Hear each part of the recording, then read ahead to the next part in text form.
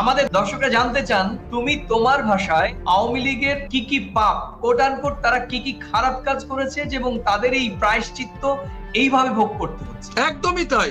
৭১-এর sentiment দিয়ে কিন্তু ২০২৫ চলবে না। ইতিহাসকে ভুলতে বারণ করছি না, ইতিহাসকে মনে রাখতে হবে। কিন্তু এমন তো নয় যে শুধু আওয়ামী লীগ ৭১-এ দেশকে স্বাধীন করেছে। বাংলাদেশের সার্বিক সব মানুষ ছিল।